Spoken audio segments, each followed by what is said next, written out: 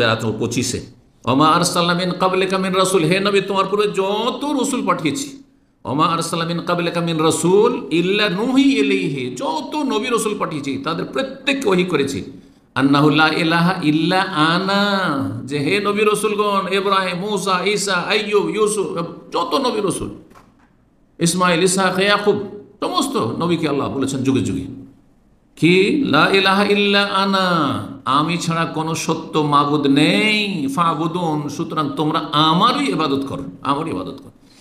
এই বাক্যটি সমস্ত নবী রসুলগণ উচ্চারণ করেছেন এবং এটি ছিল তাদের দাওয়াতের মৌলিক বিষয়। শাখা প্রশাখা ভিন্ন ছিল। আমাদের 5 ওয়াক্ত সালাত রয়েছে, তাদের অন্য, আমাদের সালাতের সংখ্যা যেটা রয়েছে তাদের সালাতের সংখ্যাতে, নামাজের রাকাতের সংখ্যাতে কম বেশি ছিল, কিছু ইবাদতের পদ্ধতিতে কম বেশি ছিল, পার্থক্য ছিল। তাদেরও সিয়াম ছিল কিন্তু তাদের সিয়ামের পরিমাণ ইত্যাদি নিয়ম নীতিমালাতে পার্থক্য ছিল। তাদেরও দান সাদকা ছিল কিন্তু জাকাতের যে পরিমাণ আমাদের সেটা থেকে ভিন্নতা থাকতে পারে।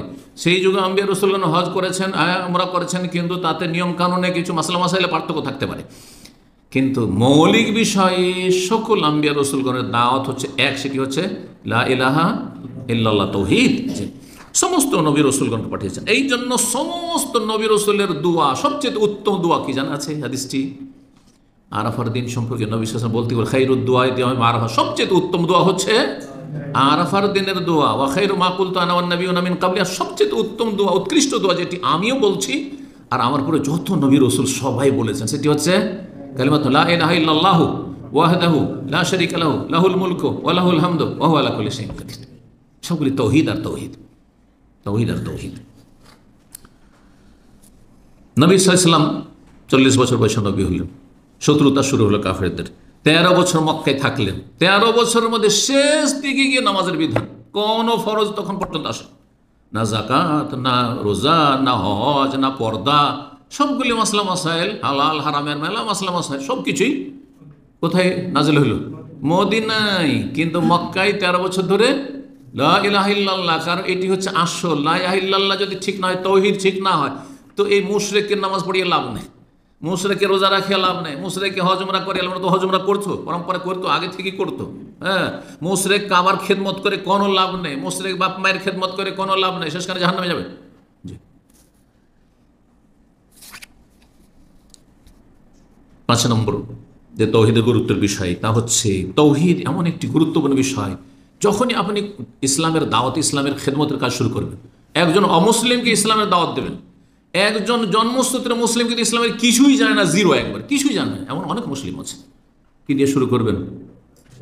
এখানে কিন্তু আপনার জানা ফরজ। এই জন্য দিনের দাওয়াতের আগে জানতে হবে। দেখছেন একটি লোকের মুখ দিয়ে বিড়ি সিগারেট কি মদেরই গন্ধ আসছে, আর দেখছেন টাকনার নিচে তার কাপড়, আর চুলগুলি একবারে পশুর মতো হয়ে আছে, নখ এক বড় বড় হয়ে আছে, একবার হিংস্র পশুর মতো, আর মোষ হয়ে আছে সেই রকম, যেমন দাড়ি তেমন মোষ ধরন হয়ে আছে, বহু পাপে লিপ্ত আছে, এমনকি মদ খাচ্ছে, কিন্তু সে আল্লাহ পরকাল কিছুই জানে না। তাকে কি বলবেন? মদ খাবার দাও, মদ খাবার দাও, দাড়ি না, দাড়িটা রাখো, বলবেন? কি বলবেন? চলো নামাজ পড়তে যাই। সুদ খাচ্ছে, সুদ খাওয়া বাদ দাও, সুদ খাওয়া হারাম বলবেন একটা অমুসলিমকে? চিন্তা করেন, একটা ইহুদি খ্রিস্টানকে হিন্দু বলেন সুদ খাওয়া হারাম, ঘুষ খাওয়া হারাম, এগুলি শেখাবেন?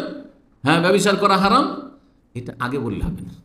কারণ হইতে পারে এই কথা বলাই তার তাওহীদে বাধা হয়ে যাবে। আরে ইসলাম তো আমি মনে করছিলাম যে কবুল করে নেবেন, ইসলাম কবুল করলে আমাকে ব্যভিচার ছাড়তে হবে, আমাকে মদ ছাড়তে হবে, আমাকে নেশা ছাড়তে হবে, তো আমাকে আবার এই ঘুষ খাচ্ছি অফিসে তাও ছাড়তে হবে না। না, এমন ইসলাম পারবো না।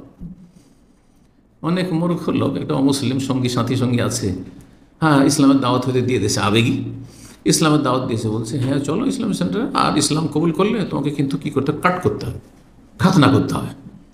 আরে এই বয়সে 30-40 বছর বয়সে খাতনা করতে হবে? না না না না না, আমি ইসলাম আর কবুল করবে না। অথচ তার বিশ্বাস হয়ে গেছিল যে আমি ইসলাম কবুল করবো। আপনার মূর্খামির কারণে এসে জাহান্নামে চলে গেল।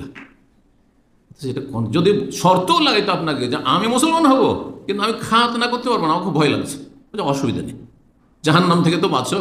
কারণ তুমি বিনা খাতনাতেও যদি মরে যাও, স্থায়ী জাহান্নামী হবে না যদি তোমার তাওহীদ ঠিক থাকে।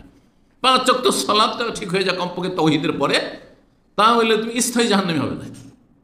একটা হারাম নাজায়েজ কাজ আছে, তাতে সতর্কতা অবলম্বন করে যদি পেশাব পরিষ্কার করে নিতে পারো তো ভালো কথা, আর না হলে পেশাব থেকে গেলে সেখানে আরও গুনাহ বাড়তে থাকবে। কিন্তু সেই ব্যক্তি বলতে পারেন তুমি স্থায়ী জাহান্নামী হয়ে যাবে পেশাবে যান, এই কথা বলতে পারেন না। কথা বলছেন না, বলছেন না? তাহলে তৌহিদের দাওয়াত প্রথম হবে। এর দলিল যত সাহাবায়ে কেরামদেরকে বিভিন্ন জায়গায় বিভিন্ন সময় নবী সাল্লাল্লাহু আলাইহি ওয়াসাল্লাম পাঠিয়েছেন ইসলামের মেসেজ নিয়ে, যাও ইসলামের শিক্ষা দাও। কি বলেছেন? আগে মানবতার কথা বলবে, ভালো চরিত্রের কথা বলবে। এগুলো আজকাল কিন্তু এক শ্রেণীর লোকেরা মানবতার কথা বলতে হবে, আখলাক চরিত্র নিয়ে আলোচনা করতে হবে, নবীর মহব্বত নিয়ে আলোচনা করে, নবীর মহব্বত অবশ্যই আলোচনা করতে, তার আগে আল্লাহর মহব্বতের কথা আলোচনা করতে। আর আল্লাহর মহব্বতের দাবি কি?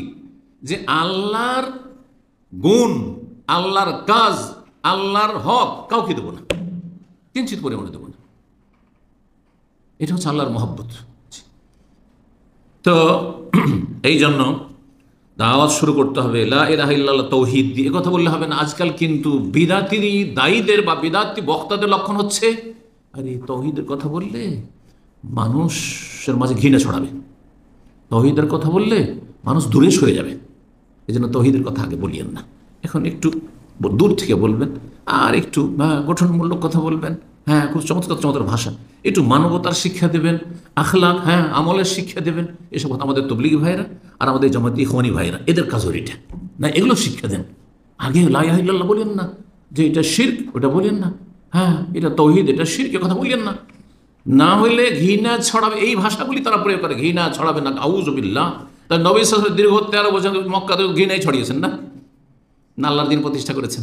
এইটাই আল্লাহর দিন। আল্লাহর দিন প্রতিষ্ঠা মানে গদি দখল করাও নয়, আর আল্লাহর দিন প্রতিষ্ঠা মানে স্ত্রী, হ্যাঁ ছেলে মেয়ে, পরিবার পরিজন, বাপ মা সবকে ছেড়ে দিয়ে একবারে চলে যাওয়া, এক দেশ থেকে এক দেশ চলে যাওয়া, একবারে চিল্লায়, এর নাম ইসলাম প্রতিষ্ঠা নয়। ইসলাম প্রতিষ্ঠা হচ্ছে তৌহিদ প্রতিষ্ঠা, লা ইলাহা ইল্লাল্লাহ।